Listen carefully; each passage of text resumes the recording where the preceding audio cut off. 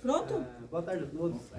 Eu vou apresentar a equipe: Leonardo, o Ian, o Thiago, eu, o Adel e o Marco.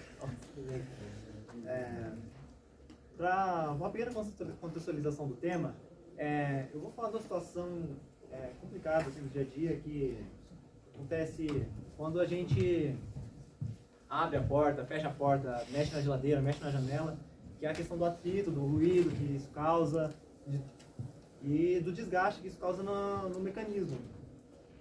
Eu vou fazer uma pequena apresentação de como funciona essa situação.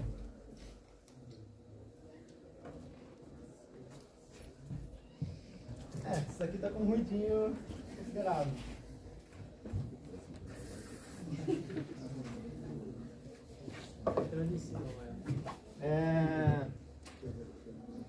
Para apresentar o tema e para entender o que é a lubrificação e o lubrificante, a gente tem que entender dois conceitos primordiais. São o atrito e o desgaste.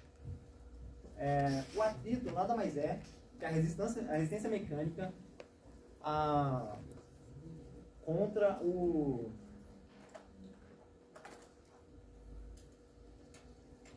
resistência mecânica contra o movimento entre duas chapas ou duas superfícies. E sempre quando há atrito, há desgaste. E o atrito acontece em todos os meios, em todos os estados. Acontece entre líquido e sólido, sólido e gasoso, sólido e sólido, em todos os estados. Só que existem níveis de atrito e os sólidos são os materiais que apresentam maior atrito e maior resistência no contato dessas superfícies. Ou seja, se o atrito é maior, o desgaste também é maior. Para isso, a gente usa componentes e produtos lubrificantes. Isto é, componentes que têm o menor coeficiente de atrito e com isso eles formam uma camada protetora entre as duas chapas, entre as duas superfícies, que possibilitam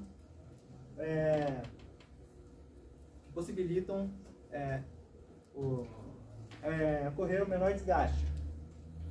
Aqui tem uma pequena ilustração de como funciona a superfície do material, que aparentemente, visualmente é liso, mas existem picos e vales micrométricos que, quando uma superfície entra em contato da outra, elas costumam se travar.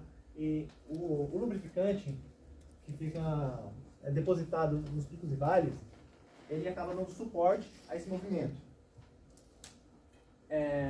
Eu vou classificar os lubrificantes em três principais tipos e um extra.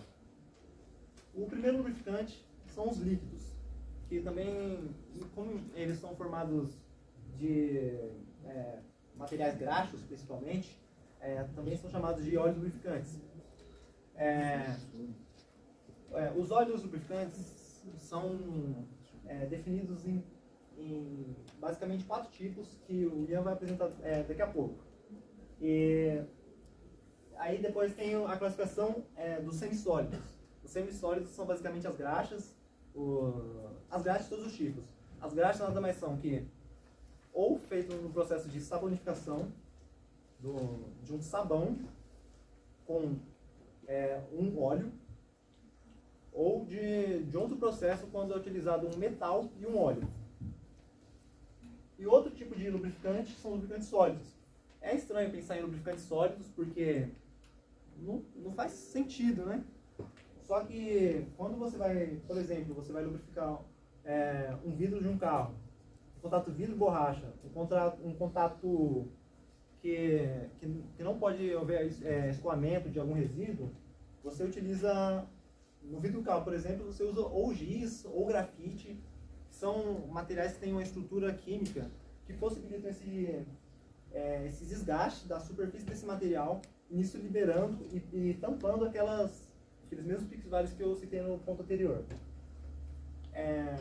Eu vou vou citar um extra, que são os lubrificantes de tipo gasoso, que são basicamente os gases inertes. E todos os gases inertes possíveis, sob alta pressão, possibilitam diminuir o resfriamento e outras propriedades que são muito importantes na indústria.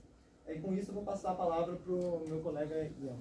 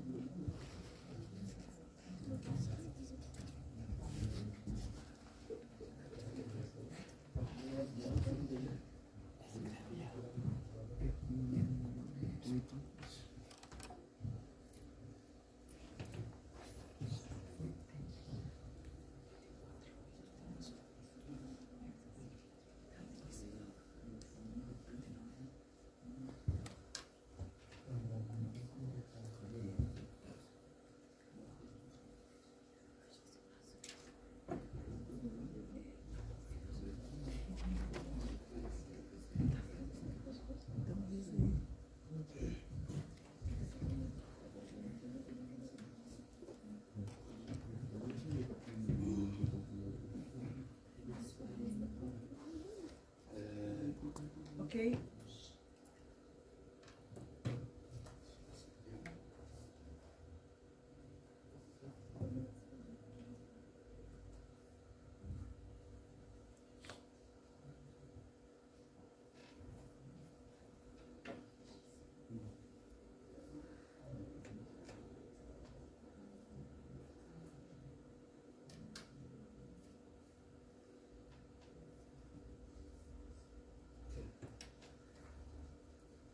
Bom, como eu já tinha comentado, além das classificações dos lubrificantes, tem como dividir os tipos líquidos em quatro tipos diferentes. Esse, no caso, vai ser a base dessa separação, vai ser a sua origem. No caso, vai ser os lubrificantes minerais, lubrificantes sintéticos, os lubrificantes semissintéticos e os lubrificantes biodegradáveis. Os lubrificantes minerais são o tipo mais comum utilizado na indústria. Tanto é que o WD-40, por exemplo, é um tipo de lubrificante mineral.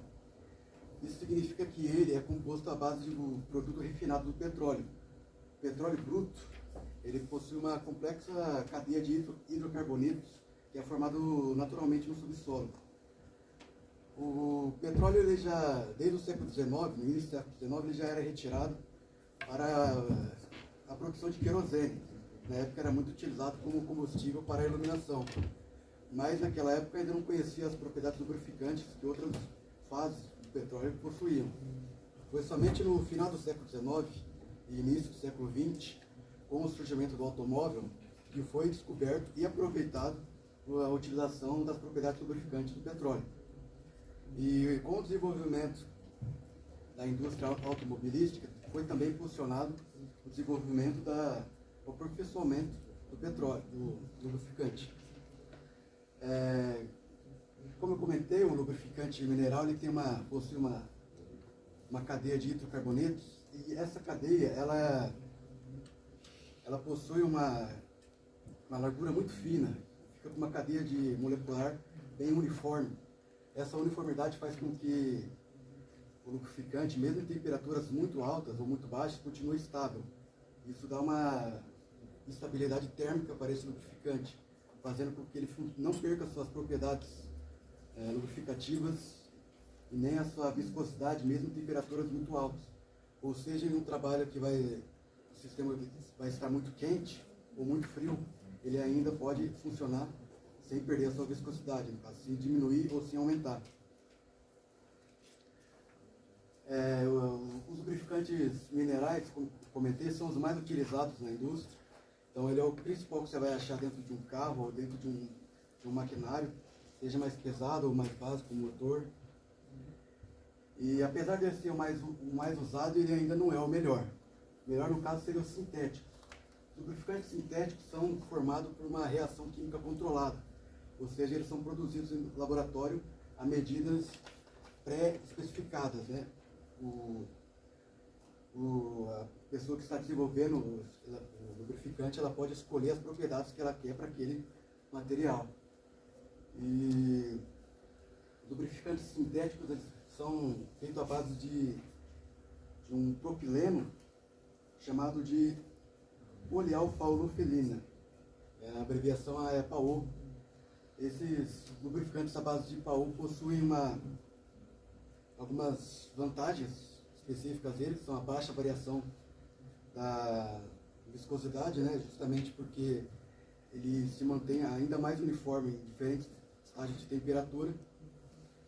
E também ele, além de uma maior resistência à oxidação e desgaste, ele ainda proporciona um baixo ponto de fluidez. Isso significa que, mesmo em temperaturas mais elevadas, ele continua no estado líquido.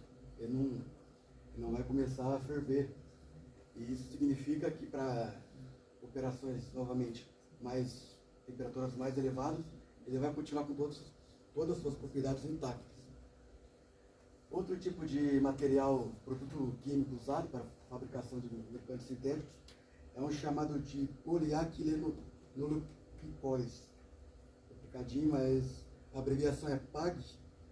Ele é derivado de um polímero chamado polióis, e uma característica deles são a baixa coeficiente de tração. Isso significa que em um sistema que ele esteja sistema de trabalho entre duas superfícies, ele apresenta uma melhor proteção contra o atrito e desgaste, assim como possui um melhor desempenho para sistemas onde há muita carga, onde uma pressão muito elevada. Muitas vezes em maquinários que possuem sistemas hidráulicos, os pistões precisam passar mais suavemente pelos cilindros, mas como envolve uma pressão muito alta, isso acaba impactando muito o material. No caso, para esse tipo específico, o lubrificante à base de PAG são mais recomendados. E tem alguns outros tipos de materiais usados, que os ésteres, mas as aplicações deles são iguais, só não tem nenhuma característica muito relevante. Mas os lubrificantes sintéticos, no geral, eles possuem essa característica de uma alta estabilidade térmica, né? Essa é a principal característica dele, ou seja, em qualquer condição de temperatura ele vai continuar funcionando. Uma coisa que os minerais, enquanto ainda podem funcionar, eles tinham mais dificuldade, principalmente em temperaturas muito frias. Por exemplo, em algum maquinário numa região ártica, por exemplo, é muito mais recomendado usar um lubrificante sintético. Também tem uns lubrificantes semissintéticos, né? Semissintéticos é literalmente uma mistura dos lubrificantes minerais com os sintéticos. E o que ele faz é tentar pegar as vantagens dos dois lados, né? Ele pega os benefícios que os sintéticos trazem, ele tem maior controle de sua viscosidade, por ser um produto planejado, mas ainda assim possui um custo de processamento bem inferior que o sintético, que é um prejuízo dos lubrificantes sintéticos em relação aos minerais, que é o custo. Como é um processo laboratorial, ele acaba ficando muito mais caro na hora de produzir. E também existem os tipos biodegradáveis. Os lubrificantes biodegradáveis, eles são produzidos à base de um óleo vegetal, ou às vezes um éster menos tóxico, ou ainda, como antigamente era utilizado até mesmo produtos de origem animal, que nem banha de porco, óleo de baleia, eles eram utilizados como lubrificantes antes do descobrimento do petróleo. E as vantagens dele é porque eles podem se decompor no meio ambiente, né? Então eles não são tão tóxicos quanto os demais lubrificantes. E quando eles entram em exposição no solo ou em outro lugar, ele não vai causar contaminação daquele lugar, o que aconteceria com o caso de lubrificante mineral, especificamente. E então ele é o mais viável em qualquer situação que você precisa ter um controle ambiental. Muito comum, por exemplo, em plataforma de petróleo ou em qualquer lugar que tenha operações oceânicas, né? o petróleo acaba que vai entrar em contato com a água do mar. Então, para evitar a contaminação daquela flora, tem que usar um lubrificante menos contaminante ao meio ambiente. Cada tipo de lubrificante ele é adequado a uma certa situação, né? Que eu acabei de comentar sobre os biodegradáveis, eles são mais recomendáveis para a utilização no meio ambiente. E existem vários fatores para a escolha adequada de um lubrificante, como a carga, a velocidade, o tipo de operação a se fazer. E tem que se considerar também as normas. Existem várias normas vigentes em relação à seleção adequada, porque a seleção adequada do lubrificante é um problema, precisa ser resolvido, eles vão comentar depois, né? E uma seleção inadequada pode resultar em danos ao equipamento ou operação.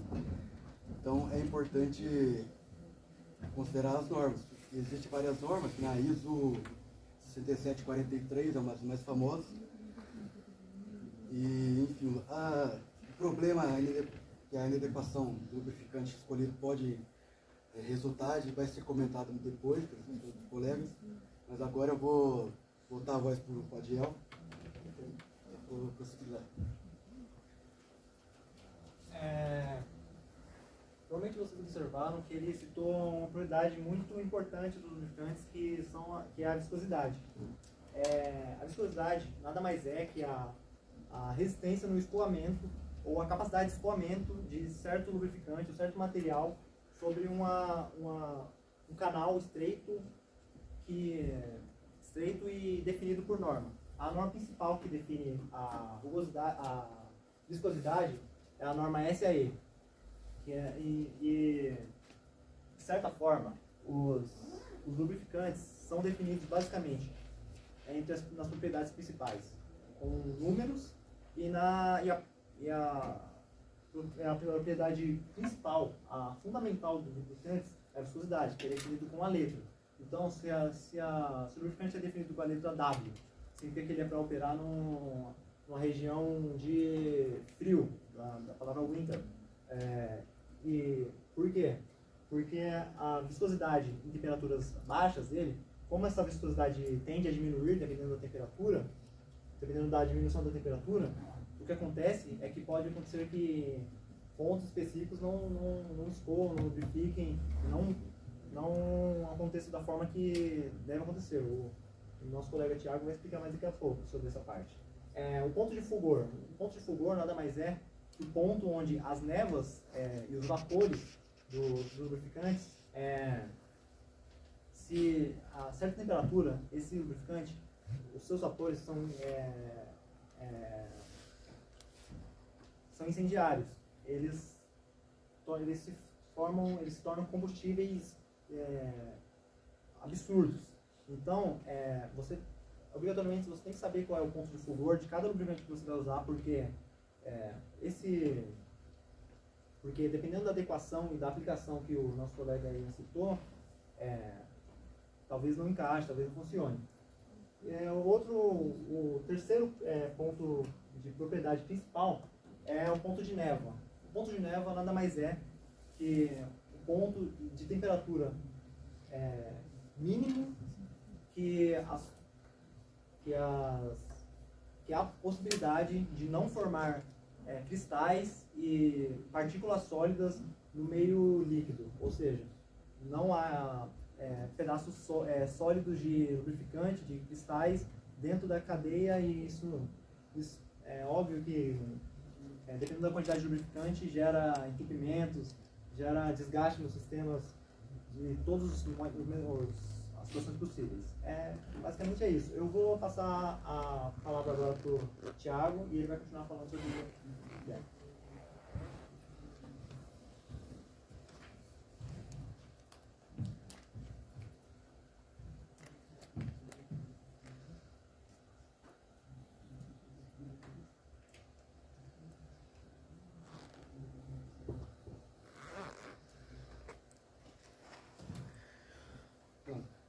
Eu vou está falando sobre os métodos de aplicação dos lubrificantes, como eles são inseridos nas máquinas e como são utilizados.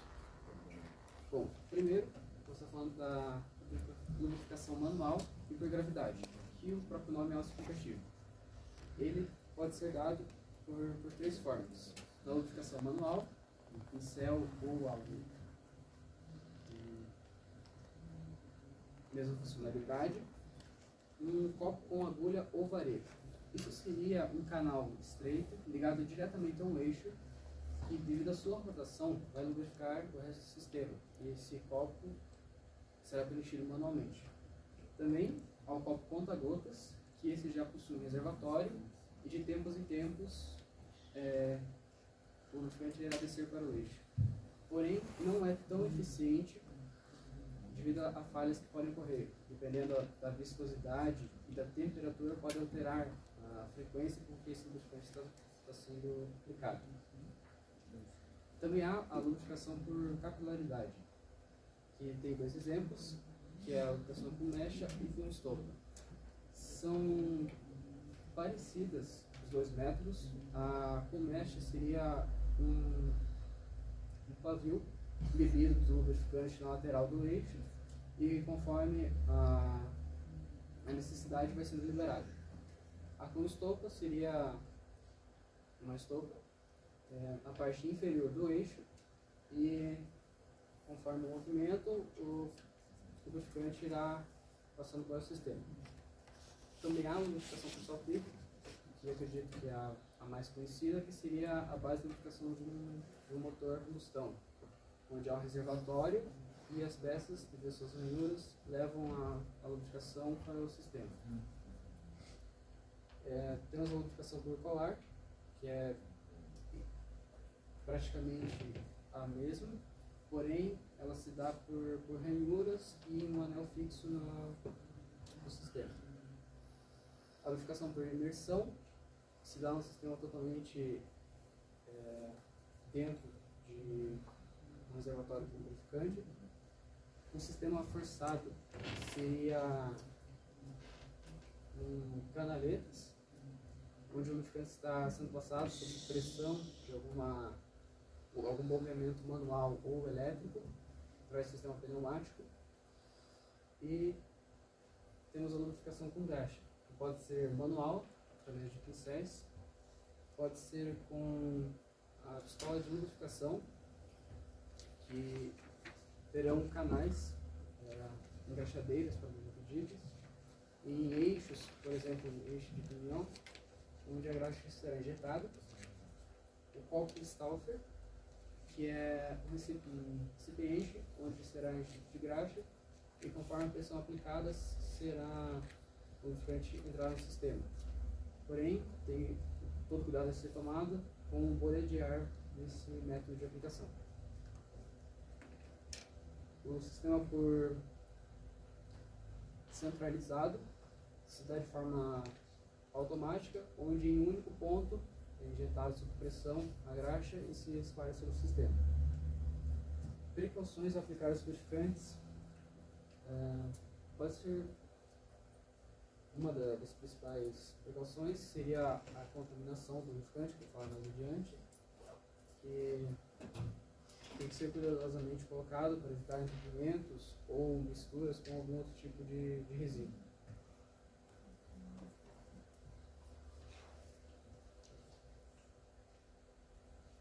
Bom, eu vou falar um pouquinho sobre o armazenamento de lubrificantes. Todo produto químico ele precisa seguir normas que são declaradas através da FISP, que é uma ficha que as empresas declaram sobre todas as informações, se é inflamável o produto, quais condições precisa ser estocado, e normas de segurança, juntamente a procedimentos caso ocorra algum incidente. Os fatores que impactam a armazenagem dos produtos são a contaminação com água, que pode dissolver alguns aditivos e retirar a eficiência do produto, a contaminação com impurezas, que podem entupir ou causar danos no equipamento utilizado, a contaminação com outros tipos de lubrificantes que mudam as propriedades do mesmo e podem alterar o ponto de fluor, o ponto de fluidez, não sendo mais adequado para o seu uso. A deterioração devido à temperatura extrema, que pode alterar as cadeias carbônicas e alterar juntamente as propriedades. A deterioração devido ao armazenamento prolongado, que, como todo produto, todos possuem um prazo de validade e isso pode acabar com sua eficiência. E também a contaminação com outros tipos de produtos que podem ocasionar a perda da efetividade do lubrificante. Vamos falar do depósito. O depósito deve ser mantido de forma organizada, de forma limpa, sempre seguindo as normas de acordo com a especificação do lubrificante, de acordo com o fabricante. De preferência em toda a região onde é armazenado, deve haver a presença de materiais para auxiliar o processo, como espátulas, estopas, porém nenhum material que possa se dissolver ou contaminar provavelmente o lubrificante. O armazenamento e manuseio. Em tambores como apresentados, quando são abertos, eles, para retirar o lubrificante que está dentro, são colocadas bombas manuais ou elétricas para drenar o fluido, ou são deixados na horizontal e é colocado numa torneira onde ele sai pela gravidade, porém só é possível em lubrificantes de baixa viscosidade. E é necessário todo cuidado nesse estoque devido à contaminação do ambiente. Para a indicação para o material do piso é que ele seja pouco aderente a essas coisas, porém material muito reforçado. E para a limpeza desses incidentes, recomenda-se líquidos com alta taxa de evaporação e não usar serragens ou algo do tipo que pode contaminar o estoque. Já para o uso de graxa, são em tambores em uso, retirada a tampa e a graxa é pega através de espátulas, que devem ser de material adequado para que não contamine e de preferência aço ou afins. Bom, o monitoramento pela ANP, o monitoramento de todo o lubrificante que é comercializado. E, bom, as técnicas de monitoramento de produção são importantes para prever algumas situações e é usada a ferrografia para isso, onde encontra o número de partículas do fluido após seu uso. E então a gente pode ter interpretação de resultados e tomar decisões. A gente pode fazer um calendário de lubrificação e acompanhar todo o processo. Bom, agora eu vou passar a palavra para o meu amigo Leonardo para ele continuar a explicação.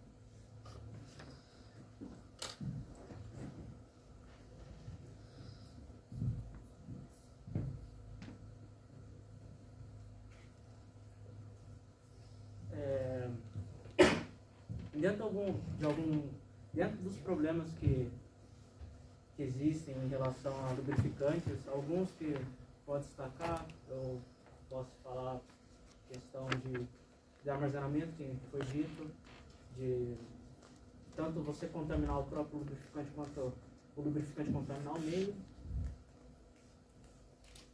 Questão de aplicação, às vezes se aplicar de uma forma, você acaba não distribuindo do jeito que era para ser no sistema. Também tem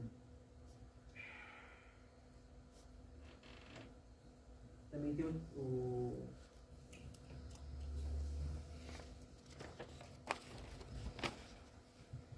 tipo de lubrificante.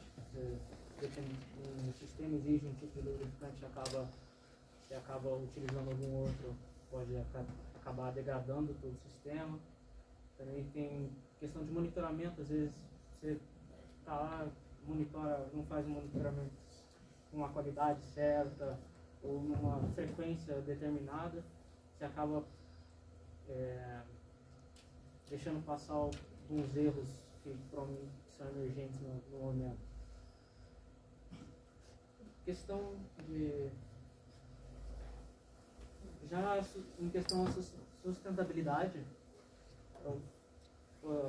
podemos destacar os lubrificantes biodegradáveis, que quando entra em contato com o meio, ele consegue se degradar, como o próprio nome diz. Também questão de descarte correto, você não acabar não contaminando o meio, você tem que sempre refinar os lubrificantes depois de usar. Também questão de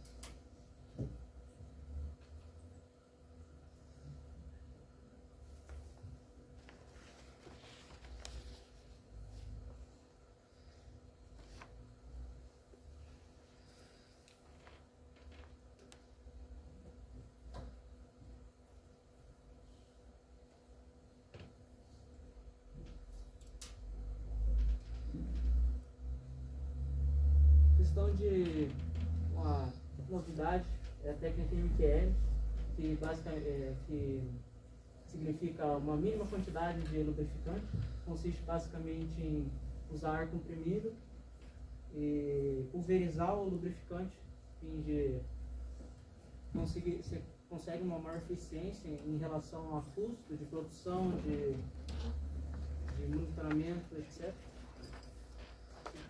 Porque se for considerar só o lubrificante, acaba ainda sendo questão de funcionamento, se for tacar lubrificante sozinho, assim, sem pulverizar, sem nada, ainda compensa, mas questão de custo acaba compensando.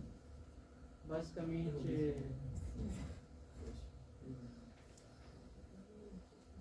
você faz meio que uma névoa comprimindo o lubrificante. E a vantagem do custo, tem vantagem também a questão da limpeza, por causa da pressão, aí ele acaba não condensando muito o lubrificante. Mas, como qualquer coisa, sempre tem problema. Um dos problemas dessa técnica é basicamente a contenção do ambiente, porque como por pulverizar, assim, você tem que ter um ambiente controlado para acabar não contaminando o ambiente, ou às vezes até a própria pessoa que aplica, você não ingerir e acabar se contaminando, né? Problema de irritação de pele, ingestão, tem esses problemas, né? Basicamente é isso.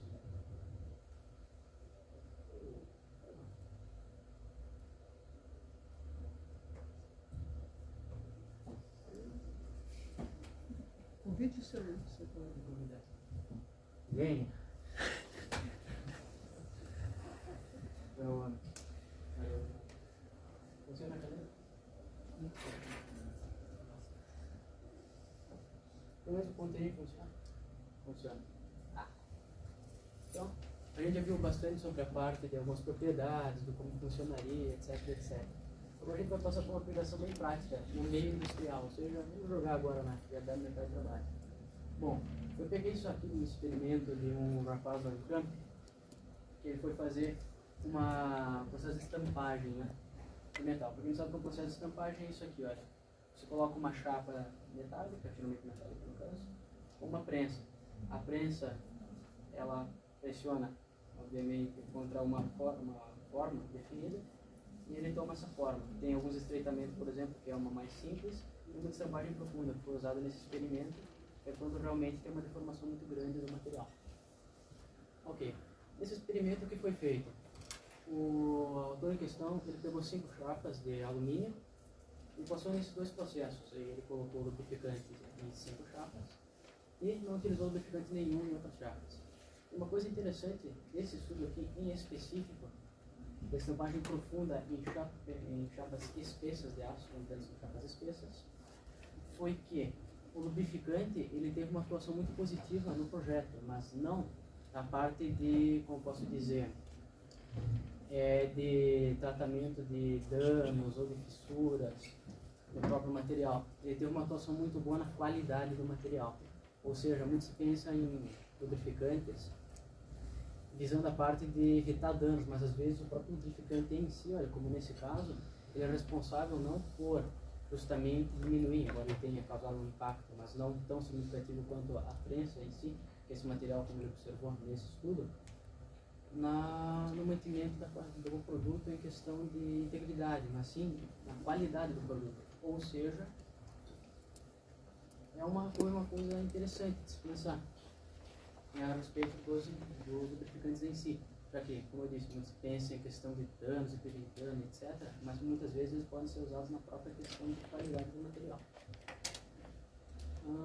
Isso é experiência com tudo. Vou passar por gentileza.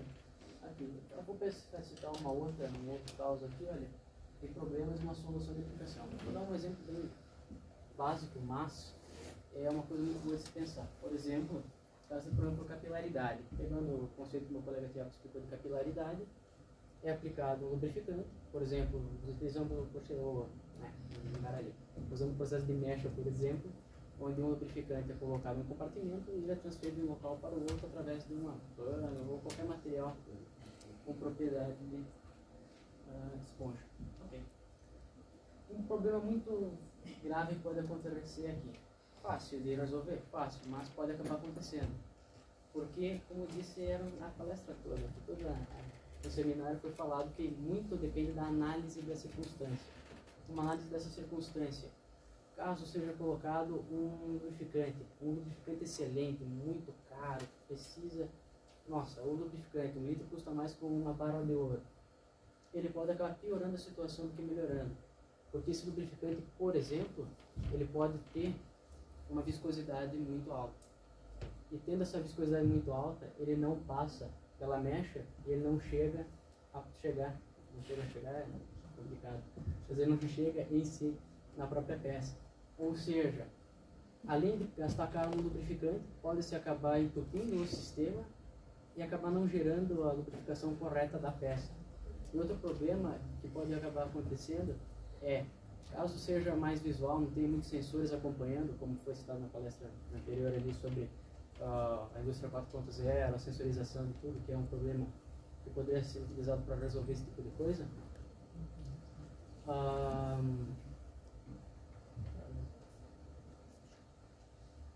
O excesso de viscosidade poderia dar uma impressão de tem um lubrificante ali, está funcionando, tudo certo. Aí ninguém presta atenção na peça, quando foi ver ele está pegando fogo e estragou o maquinário. Ou seja, um erro crasso, um erro simples de análise básica da espessura do material acabou custando a peça, a qualidade da peça, a peça ou o maquinário. E dependendo do teu emprego também pode ser custado por causa desse erro. É uma coisa muito boa de se analisar nesse aspecto. Então, quais são esses danos causados aqui? Qual causa do problema? Simples, uma falta de análise de circunstância, porque muito deve ser visto da circunstância.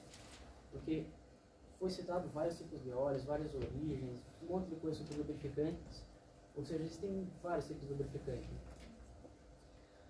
E muitas vezes esses lubrificantes, eles têm um caso muito específico, eles são péssimos para tudo, mas naquele caso específico de aplicação, ele é o melhor que tem.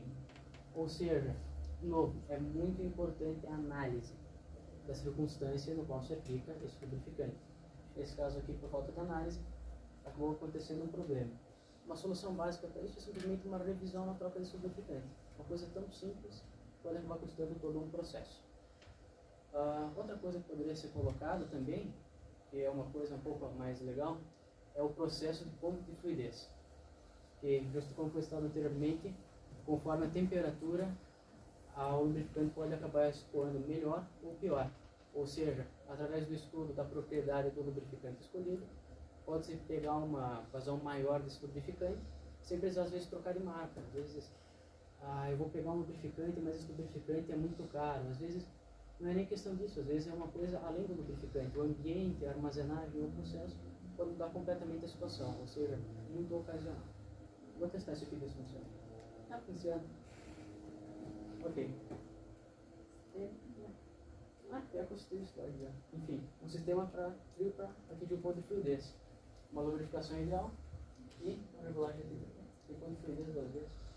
Acontece. Como resultado que a gente pode ter um processo às vezes mais barato com um resultado muito melhor. Eu acabei de voltar, o outro botão. Enfim, conclusão. O que a gente pode tirar de tudo isso? A gente citou várias coisas durante todo o seminário, porém a coisa que mais fica clara que não existe um lubrificante bom e não existe um lubrificante ruim. Não existe propriedade que favorece ou desfavorece. O que existe é uma ocasião em que esse lubrificante pode atuar de uma melhor forma. Porque, como citei nos exemplos anteriores, não adianta, por exemplo, escolher por marca, por preço. Às vezes é a situação, são as propriedades presentes naquele lubrificante que podem causar toda a diferença. E muito vem surgindo na tecnologia, como foi citado na palestra, sobre um ataque menos forte ao meio ambiente, utilizando alguns lubrificantes de origem mais orgânica, ou de origem animal, origem vegetal, diferente, que podem causar gerando um impacto menor no ambiente, já que cada vez as indústrias estão precisando de mais e mais e mais, crescendo uma maior produção, e a tendência é sempre o aumento disso, ou seja, pensar no futuro. Outra coisa é que, junto com esse aumento da sustentabilidade, vem aumento ecológico. Cada dia que passa vão surgindo novos lubrificantes com novas propriedades, com novas aplicações e tudo mais. Ou seja, a tendência é uma amplitude no mercado cada vez maior para a escolha. Ou seja, processos às vezes que tinham algum processo de lubrificação que talvez não era tão eficiente, podem hoje não ser tão bom. Amanhã, quando lançou um específico, pode melhorar. Ou seja, é uma coisa que tende a evoluir e ser... É mesmo, evoluir no tempo. Evoluir e ficar cada vez melhor com o passar